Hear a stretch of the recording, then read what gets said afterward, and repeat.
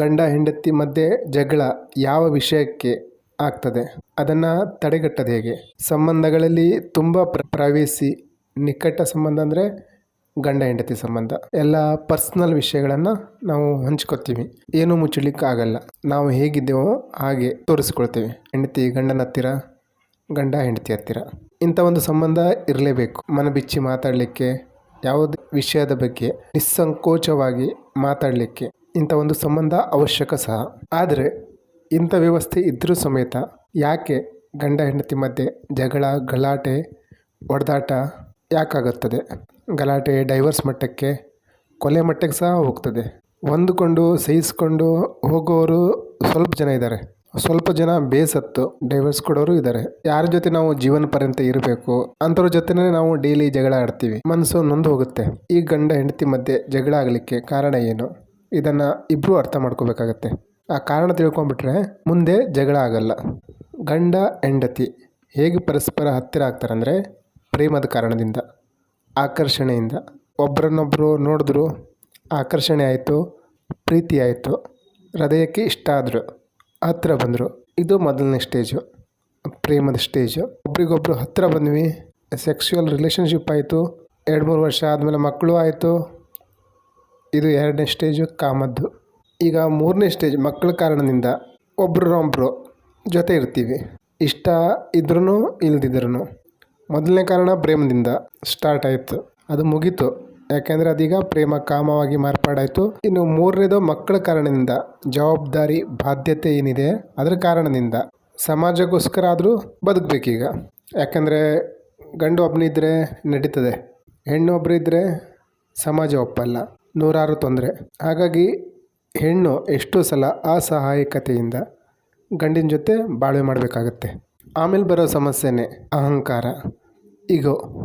ಜೀವನದಲ್ಲಿ ಏನು ಸರಿ ಏನು ತಪ್ಪು, ಏನು ಮಾಡಬೇಕು ಏನು ಮಾಡಬಾರ್ದು, ಇಬ್ಬರದ್ದು ಅವರವರ ಅಭಿಪ್ರಾಯ ಇರ್ತದೆ, ಅದು ಭಿನ್ನ ಆಗಿರುತ್ತೆ. ಇದೇ ಕಾರಣಕ್ಕೆ ವಿಚಾರಗಳು ಒಂದಕ್ಕೊಂದು ಅಪ್ಪಳಿಸ್ತವೆ, ಘರ್ಷಣೆ ಆಗುತ್ತೆ. ಇದು ಮುಂಚೆನೂ ಆಗ್ತಾಯಿತ್ತು ಪ್ರೇಮದಲ್ಲೂ, ಆದರೆ ಈಗ ಜಾಸ್ತಿ ಆಗುತ್ತೆ.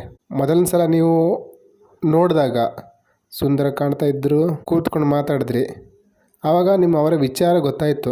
ನಿಮ್ಗಲ್ಲೇ ಗೊತ್ತಾಗಿತ್ತು ನಿಮ್ಮ ವಿಚಾರ ಬೇರೆ, ಅವ್ರ ವಿಚಾರ ಬೇರೆ, ನಿಮ್ಮ ಇಷ್ಟ ಬೇರೆ, ಅವರಿಷ್ಟ, ನಿಮ್ಮ ಥಾಟ್ ಪ್ರೊಸೆಸ್ ಬೇರೆ, ಅವ್ರ ಥಾಟ್ ಪ್ರೊಸೆಸ್ ಬೇರೆ ಅಂತ.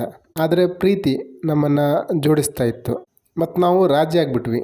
ವಿರೋಧ ಇದೆ ವಿಚಾರದಲ್ಲಿ, ಮುಗ್ದಿಲ್ಲ, ಆದರೆ ಪ್ರೀತಿ ಕಾರಣದಿಂದ ರಾಜಿ ಆಗ್ತೀವಿ. ಸಣ್ಣ ಸಣ್ಣ ವಿಷಯಕ್ಕೆ ಜಗಳ ಆಗ್ತವೆ. ಆ ಜಗಳಕ್ಕೆ ಕಾರಣ ಏನು? ಅಹಂಕಾರ. ಅಹಂಕಾರ ಅಂದರೆ ನಾನೇ ಸರಿ ಇದ್ದೀನಿ, ನಾನೇ ಶ್ರೇಷ್ಠ, ಈ ರೀತಿ ಘೋಷಣೆ ಮಾಡುತ್ತೆ. ಯಾಕಂದರೆ ಅಹಂಕಾರ ಅಂದ್ರೇ ಸುಳ್ಳಿಗೆ ಯಾವತ್ತೂ ಘೋಷಣೆ ಮಾಡಬೇಕು ನಾನು ಸತ್ಯ ಅಂತ. ಅದು ಸತ್ಯದ ಆಸರೆ ತಗೋಬೇಕಾಗತ್ತೆ. ಪ್ರತಿಯೊಬ್ಬ ವ್ಯಕ್ತಿಯ ಮಾನ್ಯತೆ ನಾನು ಸರಿ ಇದ್ದೀನಿ, ಸರಿ ಇರಲ್ಲ, ಆದರೂ ನಾನು ಸರಿ ಇದ್ದೀನಿ ಅಹಂಕಾರ ಹೇಳ್ತಾ ಇದೆ. ನಾವೇ ಶ್ರೇಷ್ಠರು. ಅಹಂಕಾರ ಯಾವತ್ತೂ ಬೇರೆಯವ್ರ ಮುಂದೆ ನಾನೇ ಸರಿ ಅನ್ನುತ್ತೆ, ಪಕ್ಕದವರು ಸರಿ ಇಲ್ಲ, ನಾನು ಸರಿ ಇದ್ದೀನಿ. ಸುಳ್ಳು ಯಾವತ್ತೂ ಬೇರೆಯವ್ರನ್ನ ನೀನು ಸುಳ್ಳು ಅಂತಲೇ ಹೇಳುತ್ತೆ, ತಾನೇ ಸತ್ಯ ಅನ್ನುತ್ತೆ. ಪತಿ ಪತ್ನಿ ಇಬ್ಬರಿಗೂ ಅವರ ಅಹಂಕಾರ ತೊಡೆದು ಹಾಕುವ ಕಲೆ ಗೊತ್ತಿಲ್ಲ, ಇಬ್ಬರಿಗೂ ಗೊತ್ತಿಲ್ಲ. ಯಾಕಂದರೆ ಯಾವತ್ತವರು ಧ್ಯಾನ ಮಾಡಿಲ್ಲ. ಧ್ಯಾನ ಮಾಡಿದ್ರೆ ಅಹಂಕಾರ ತೊಡೆದು ಹಾಕ್ಲಿಕ್ಕಾಗುತ್ತೆ. ಧ್ಯಾನ ಮಾಡೋವನಿಗೆ ಗಂಡ ಆಗಲಿ ಹೆಂಡತಿ ಆಗಲಿ ಬೈದರೂ ಏನು ತೊಂದರೆ ಆಗಲ್ಲ. ಯಾಕಂದರೆ ಅವರು ಧ್ಯಾನದಲ್ಲಿ ತನ್ನನ್ನು ಅರಿತ ಅಹಂಕಾರನ ತೊಡೆದು ಹಾಕ್ತಾ ಇದ್ದಾರೆ. ಧ್ಯಾನ ಮಾಡೋರಿಗೆ ಗೊತ್ತಿರುತ್ತೆ, ಅವ್ರು ನನಗೆ ಬೈದ್ರೂ ಅದೊಂದು ಮಾಪನ, ನನ್ನೊಳಗೆ ಅಹಂಕಾರ ಇಷ್ಟಿದೆ ಅಂತ ನಾನು ಗುರುತಿಸ್ಕೋಬೋದು. ನನಗೆ ಕೋಪ ಬರ್ತಾ ಇದೆಯಾ, ನಂಗೆ ನೋವಾಗ್ತಾ ಇದೆಯಾ, ಇದರಿಂದ ನನ್ನೊಳಗಡೆ ಅಹಂಕಾರ ಎಷ್ಟಿದೆ ಅನ್ನೋದು ನನಗೆ ಗೊತ್ತಾಗುತ್ತೆ ಅಂತ ಅಂದ್ಕೊಳ್ತಾರೆ. ಅಪೋಸಿಟ್ ಪಾರ್ಟಿ ಜಾಸ್ತಿ ಬೈದರೆ ನನಗೆ ಜಾಸ್ತಿ ನೋವಾಯ್ತಾ, ನನ್ನಲ್ಲಿ ಜಾಸ್ತಿ ಅಹಂಕಾರ ಇದೆ, ನಾನು ಸರಿಯಾಗಬೇಕು, ಇನ್ನೂ ಸ್ವಲ್ಪ ಅಹಂಕಾರನ ತೊಡೆದಾಕಬೇಕು ಅಂತ ಮುಂದೆ ಹೋಗ್ತಾರೆ. ಅವರಿಗೆ ಧನ್ಯವಾದ ಹೇಳ್ತಾರೆ. ಯಾಕಂದರೆ ನೀನು ಬೈದೆ, ನನಗೆ ಕೋಪ ಬಂತು ಅಥವಾ ನೋವಾಯಿತು ಕೋಪ ಬಂತು ಅಂದರೆ ನನ್ನೊಳಗಡೆ ಏನೋ ಒಂದಿದೆ, ಅದಕ್ಕೆ ನೋವಾಗಿದೆ ಅಂತ ಅರ್ಥ ಆಗುತ್ತೆ. ಒಂದು ವೇಳೆ ನೀವು ಆ ರೀತಿ ಅಲ್ಲ, ನೀವು ಒಂಥರ ಪರಂಪರವಾದಿ, ಈ ಸಮಾಜನ ಪ್ರಪಂಚನ ಸತ್ಯ ಅಂತ ತಿಳ್ಕೊಂಡಿರೋರು, ತಿನ್ನಲಿಕ್ಕೆ ತೋರಿಸ್ಕೊಳ್ಳಿಕ್ಕೆ ದೊಡ್ಡ ಮನೆ ದೊಡ್ಡ ಬಂಗ್ಲೆ ತಗೊಳ್ಳಿಕ್ಕೆ ಆಸೆ ಪಡೋರು, ಇದೇ ಸತ್ಯ ಅಂತ ತಿಳ್ಕೊಂಡಿದ್ದಾರೆ ಅಂದರೆ ನಿಮ್ಮ ಅಹಂಕಾರ ಬೆಳೀತಾನೆ ಇರ್ತದೆ. ನೀವು ಒಬ್ರಿಗೊಬ್ರು ತಾನು ಶ್ರೇಷ್ಠ, ನಾನು ದೊಡ್ಡವನು ಅಂತ ಕಿತ್ತಾಡ್ಕೊಳ್ತಾ ಇರಬೇಕಾಗತ್ತೆ. ಎಷ್ಟು ಸಾಂಸಾರಿಕ ಆಗ್ತಿರೋ ಅಷ್ಟು ಜಗಳ ಮನಸ್ತಾಪ ಬಂದೇ ಬರ್ತದೆ. ಯಾಕಂದರೆ ಭೌತಿಕ ಸುಖ ಬೇಕು ಅಂದರೆ ನಮ್ಮ ಅಹಂಕಾರ ದೊಡ್ಡದಾಗಿರಬೇಕು. ಎಷ್ಟು ದೊಡ್ಡ ಅಹಂಕಾರ ಅಷ್ಟೇ ದೊಡ್ಡ ಮನಸ್ತಾಪ. ಹೆಣ್ಣು ಹೊನ್ನು ಮಣ್ಣು ಇದ್ರ ಹಿಂದೆ ಓಡ್ದವರಿಗೆ ಅಂಥವ್ರ ಮನೇಲೇ ಜಾಸ್ತಿ ಈ ಜಗಳ ಮನಸ್ತಾಪ ಆಗೋದು. ಯಾಕಂದರೆ ಅಲ್ಲಿ ಅಹಂಕಾರನೂ ಜಾಸ್ತಿ ಇರುತ್ತೆ. ಬಡವ್ರ ಮನೇಲಿ ಜಾಸ್ತಿ ಅಹಂಕಾರ ಇರಲ್ಲ, ಹಾಗಾಗಿ ಜಾಸ್ತಿ ಜಗಳ ತಾಪತ್ರಯ ಕಿರಿಕಿರಿ ನಡೆಯಲ್ಲ. ಅರ್ಥ ಮಾಡ್ಕೊಳ್ಬೇಕಾದ ವಿಚಾರ, ಅಹಂಕಾರದ ಕಾರಣದಿಂದ ಜಗಳ ಆಗ್ತದೆ. ಜಗಳದಲ್ಲಿ ನಾವೇನು ಮಾಡ್ತೀವಿ ಅಂದರೆ ನಮ್ಮ ಪಕ್ಕದವರ ಅಹಂಕಾರಕ್ಕೆ ಪೆಟ್ಟು ಕೊಡ್ತೀವಿ, ಅವರು ನಮ್ಮ ಅಹಂಕಾರಕ್ಕೆ ಪೆಟ್ಟು ಕೊಡ್ತಾರೆ. ಮೂಲ ಕಾರಣ ಇದೆ, ಇದರಿಂದಲೇ ಜಗಳ ಆಗೋದು. ಹೊರಗಡೆಯಿಂದ ನಾವು ದುಡ್ಡು ಕಾಸು ಏನೇ ಹೇಳ್ಬೋದು, ಮೂಲ ಇದೆ. ನಾವು ಒಬ್ಬರ ಅಹಂಕಾರಕ್ಕೆ ಪೆಟ್ಟು ಕೊಡೋದು ತಪ್ಪು. ನಾವು ಅವರ ಅಹಂಕಾರನ ತೊಡೆದಾಕ್ಬೋದು, ಆದರೆ ಅವರು ತಯಾರಾಗಿದ್ದರೆ ಮಾತ್ರ. ಅವರು ತಯಾರಿಲ್ಲ ಅಂದರೆ ಅವರ ಅಹಂಕಾರನ ಹಾಗೆ ಬಿಡಬೇಕು, ಪೆಟ್ಟು ಕೊಡಬಾರ್ದು. ನಿಮ್ಮ ಮನೆಯವರು ಹೇಳ್ತಾರೆ ನಾನು ಈ ಕೆಲಸ ಮಾಡಲಾ ಅಂತ, ನೀವು ಹೇಳ್ತೀರ ಏ ಮೂರ್ಖ ನೀನು ಅದೇನು ಮಾಡ್ತೀಯಾ ಅಂತೀರ. ಈ ರೀತಿ ಅಂದಾಗ ಅವರ ಅಹಂಕಾರಕ್ಕೆ ಪೆಟ್ಟು ಬೀಳ್ತದೆ. ಯಾಕಂದರೆ ನೀವು ಅವರ ನಿರ್ಧಾರನ ತಪ್ಪು ಅಂತ ಹೇಳಿದ್ದೀರ. ನೀವು ಸರಿ, ನೀವು ಶ್ರೇಷ್ಠ ಅಂತ ತೋರಿಸ್ಕೊಳ್ಳಿಕ್ಕೆ, ಪ್ರೂವ್ ಮಾಡಲಿಕ್ಕೆ ಅವ್ರನ್ನ ಕೆಳಮಟ್ಟಕ್ಕೆ ಇಳಿಸ್ತಾ ಇದ್ದೀರಾ. ಈ ರೀತಿ ಯಾಕೆ ಮಾಡ್ತೀವಿ ಅಂತ ಅಂದರೆ ನಮ್ಮ ಅಹಂಕಾರ, ನಾವೇ ಶ್ರೇಷ್ಠ ಅಂತ ತೋರಿಸ್ಕೊಳ್ಳಿಕ್ಕೆ, ನಾವು ಮಾಡೋ ತಪ್ಪು ಇದೆ ನಾವು ಸರಿ ಅಂತ ತೋರಿಸ್ಕೊಳ್ಳಿಕ್ಕೆ, ಪಕ್ಕದಲ್ಲಿದ್ದವರನ್ನು ಸರಿ ಇಲ್ಲ ಅಂತ ಪ್ರೂವ್ ಮಾಡ್ಲಿಕ್ಕೆ ಹೋಗ್ತೀವಿ.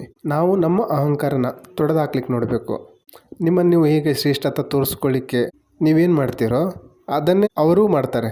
ಈ ರೀತಿ ಘರ್ಷಣೆ ಆಗ್ತಾ ಇರ್ತದೆ. ಈ ರೀತಿ ಗಂಡ ಹೆಂಡತಿನ ಮಧ್ಯೆ ಇಬ್ಬರ ಮಧ್ಯೆ ಘರ್ಷಣೆ ಜಾಸ್ತಿ ಆದರೆ ಆವಾಗಲೇ ಬೇರೆ ಕಡೆ ಆಕರ್ಷಣೆಯೂ ಆಗ್ತದೆ. ಈ ಘರ್ಷಣೆಯ ಪರಿಣಾಮನೇ ಇನ್ನೊಂದು ಸಂಬಂಧ ಹುಟ್ಟೋದು. ಗಂಡ ಹೆಂಡತಿ ಸಮಾಜದ ದೃಷ್ಟಿಯಲ್ಲಿ ಮುಖವಾಡ ಹಾಕಿ ತಾವು ಚೆನ್ನಾಗಿದ್ದೀವಿ ಅಂತ ತೋರಿಸ್ಕೊಂಡ್ರು ಒಳಗೊಳಗೆ ಸಂಬಂಧ ಮುರಿದೋಗಿರುತ್ತೆ. ನಮ್ಮ ಹಿಂದೂ ಪರಂಪರೆಯಲ್ಲಿ ಹಿಂದೆ ಶ್ರೇಷ್ಠ ಉಪಾಯ ಮಾಡಿದರು, ಕುಂಡಲಿ ನೋಡೋದು. ಅಂದರೆ ಅವರ ವಿಚಾರ, ಗ್ರಹಗತಿ, ಗ್ರಹದಶೆ ಹೇಗೆ ಸೆಟ್ ಆಗ್ತವೆ, ಮ್ಯಾಚ್ ಆಗ್ತವೆ ಅಂತ ನೋಡಿಕೊಂಡು ಮಾಡ್ತಾಯಿದ್ರು. ಆದರೆ ಈಗ ಏನಾಗಿದೆ ಅಂದರೆ ಲವ್ ಮ್ಯಾರೇಜ್, ಪ್ರೀತಿ ಮಾಡ್ತಾರೆ. ಪ್ರೀತಿ ನೆಕ್ಸ್ಟು ಕಾಮದಲ್ಲಿ ಬದಲಾಗುತ್ತೆ. ಮನಸ್ಥಿತಿ ಬೇರೆ ಬೇರೆ ಇದೆ, ವಿಚಾರಗಳು ಬೇರೆ ಬೇರೆ ಇದ್ದಾವೆ. ಆದರೆ ಅಂಥವರಲ್ಲೇ ಜಾಸ್ತಿ ಜಗಳ, ಗಲಾಟೆ, ಡೈವರ್ಸ್ ಎಲ್ಲ ಆಗೋವಂಥದ್ದು. ಲವ್ ಮ್ಯಾರೇಜಲ್ಲಿ ಜಾಸ್ತಿ ಜಗಳ ಯಾವ ರೀತಿ ಆಗುತ್ತೆ ಅಂದರೆ, ಒಂದು ಪ್ರೀತಿ ಇರುತ್ತೆ, ಒಂದು ಹಂತದವರೆಗೆ ಪ್ರೀತಿ ಇರುತ್ತೆ, ಈ ಕಾಮ ಬದಲಾಗುತ್ತೆ. ಬದಲಾದ್ಮೇಲೆ ಅದು ಜಾಸ್ತಿ ದಿವಸ ಇರಲ್ಲ, ಅನುಮಾನ ಸ್ಟಾರ್ಟ್ ಆಗುತ್ತೆ. ನನ್ನ ಜೊತೆನೇ ಓಡಾಡ್ದವಳು ಎಷ್ಟು ಜನರ ಹತ್ರ ಓಡಾಡಿರಲ್ಲ, ಈ ರೀತಿಯ ಅನುಮಾನದಿಂದ ಆ ಮನೇಲಿ ಜಗಳ, ಗಲಾಟೆ, ಹೊಡೆದಾಟ ಎಲ್ಲ ಸ್ಟಾರ್ಟ್ ಆಗುತ್ತೆ. ಡೈವರ್ಸ್ ಸಿಕ್ಬಿಟ್ರೆ ಖುಷಿ ಆಗ್ತೀವಿ ಅಂದ್ಕೊಳ್ತಾರೆ, ಆದರೆ ನಿಜವಾದ ಖುಷಿ ಇರೋದು ಅಹಂಕಾರ ತೊಡೆದಾಕ್ಕೋಬೇಕು. ಈ ಪರಂಪರೆ ಪ್ರಕಾರ ಮದುವೆ ಆದವರಲ್ಲಿ ಜಾಸ್ತಿ ಗಲಾಟೆ ಇರಲ್ಲ. ಯಾಕೆಂದರೆ ಅಗ್ನಿ ಸಾಕ್ಷಿಯಾಗಿ ದೊಡ್ಡವರ ಸಮ್ಮುಖದಲ್ಲಿ ಪ್ರಮಾಣ ಮಾಡಿರ್ತಾರೆ, ನಾನು ಜೊತೆಗಾರನಾಗಿ ಜವಾಬ್ದಾರಿ ನಿಭಾಯಿಸ್ತೀನಿ, ಮಕ್ಕಳು ಮಾಡಿದ್ರೆ ಅವರ ಸಂರಕ್ಷಣೆ ಮಾಡ್ತೀನಿ, ಆ ಮಗುವನ್ನು ಯೋಗ್ಯ ನಾಗರಿಕನನ್ನಾಗಿ ಮಾಡ್ತೀನಿ, ಈ ರೀತಿಯ ನಿರ್ಣಯ ಮಾಡಿರ್ತಾರೆ. ಅದು ಅಗ್ನಿ ಸಾಕ್ಷಿಯಾಗಿ ಮಾಡಿರ್ತಾರೆ. ಇಂಥವ್ರ ಜೀವನ ಚೆನ್ನಾಗಿರುತ್ತೆ. ಪತ್ನಿಗೂ ಗೊತ್ತಿರುತ್ತೆ ಪತಿ ಪರಮಾತ್ಮನ ರೂಪ, ಪತಿ ಪರಮೇಶ್ವರನ ರೂಪ ಅಂತ ಆ ರೀತಿ ನೋಡ್ತಾಳೆ. ಪತ್ನಿ ಚೆನ್ನಾಗಿ ಆರಾಧಿಸ್ತಾ ಇದ್ದಾಳಂದರೆ ಪತಿ ಸಹ ಆರಾಧಿಸ್ತಾನೆ. ಆರಾಧನೆಯ ಮೂಲ. ಈ ಸಂಬಂಧ ಬೇಗ ಮುರಿಯಲ್ಲ. ಆದರೆ ಈ ಲವ್ ಮ್ಯಾರೇಜ್ ಆಗಲ್ಲ. ಎಷ್ಟು ಬೇಗ ಬೆಳೀತದೋ ಅಷ್ಟು ಬೇಗ ಮುರಿತದೆ, ಎಷ್ಟು ಬೇಗ ಲವ್ ಸ್ಟಾರ್ಟ್ ಆಗುತ್ತೋ ಅಷ್ಟು ಬೇಗನೆ ಮುರಿತದೆ. ಲವ್ ಮ್ಯಾರೇಜ್ ಆದಂಥವ್ರು ಚೆನ್ನಾಗಿರಬೇಕು, ಚೆನ್ನಾಗಿ ಬಾಳಬೇಕು ಅಂದರೆ ಇವತ್ತಿಂದ ನಿಮ್ಮ ಪಾರ್ಟ್ನರ್ನ ಅವರ ಅಹಂಕಾರಕ್ಕೆ ಹೊಡೆತ ಕೊಡೋದನ್ನು ನಿಲ್ಲಿಸಿ. ಮತ್ತು ನಿಮ್ಮ ಅಹಂಕಾರನೂ ಉಬ್ಬಿಸ್ಕೋಬೇಡಿ. ಅವರನ್ನು ಕೆಳಮಟ್ಟಕ್ಕೆ ಇಳಿಸಿ ತಾನೇ ಸರ್ವಶ್ರೇಷ್ಠ ಅಂತ ಸಾಬೀತುಪಡಿಸಬೇಡಿ. ಅದು ನಿಮಗೂ ಹಾನಿ, ಅವರಿಗೂ ಹಾನಿ. ಅವರ ಅಹಂಕಾರಕ್ಕೆ ಪೆಟ್ಟು ಬೀಳುವಂಥ, ಅವರ ಮನ ನೋಯಿಸುವಂಥ, ಕಣ್ಣೀರು ಹಾಕುವಂಥ ಮಾತು, ಶಬ್ದ ಯಾವತ್ತೂ ಆಡಬೇಡಿ. ಅವರು ನಮ್ಮ ಮೇಲೆ ಪ್ರಹಾರ ಮಾಡಿದಾಗ, ನಮ್ಮ ಅಹಂಕಾರಕ್ಕೆ ಪೆಟ್ಟು ಕೊಟ್ಟಾಗ ಅದನ್ನು ಸಹಜವಾಗಿ ತಗೊಳ್ಳಿ. ಯಾಕಂದರೆ ಪೆಟ್ಟು ಕೊಡ್ತಾ ಇರೋದು ಅಹಂಕಾರಕ್ಕಲ್ವಾ, ಅದನ್ನು ತೊಡೆದು ಹೋಗ್ತಾ ಇದೆ ಅಂತ ಅಂದ್ಕೊಳ್ಳಿ. ಅದು ತೊಡೆದು ಹಾಕಲಿಕ್ಕೆ ಅವರು ಸಹಾಯ ಮಾಡ್ತಾ ಇದ್ದಾರೆ ಅಂದ್ಕೊಳ್ಳಿ. ನಮ್ಮದೇನಾದರೂ ಮಿಸ್ಟೇಕ್ ಇದೆಯಾ, ಅದನ್ನು ನಾನು ಹೇಗೆ ತಿದ್ಕೋಬೋದು, ಹೇಗೆ ಸರಿ ಮಾಡ್ಕೋಬೋದು, ಏನು ತಪ್ಪಿದೆ ಅಂತ ಒಂದು ಸಲ ಯೋಚಿಸಿ. ಯಾಕಂದರೆ ಮಾತಲ್ಲೇ ಮುಗಿಯುವ ಸಮಸ್ಯೆಗೆ ಕೋರ್ಟಿಗೆಲ್ಲ ಹೋಗೋದು ಯಾಕೆ? ಯಾಕಂದರೆ ಇದರಿಂದ ಮಕ್ಕಳ ಭವಿಷ್ಯಕ್ಕೂ ಪೆಟ್ಟು ಬೀಳುತ್ತೆ.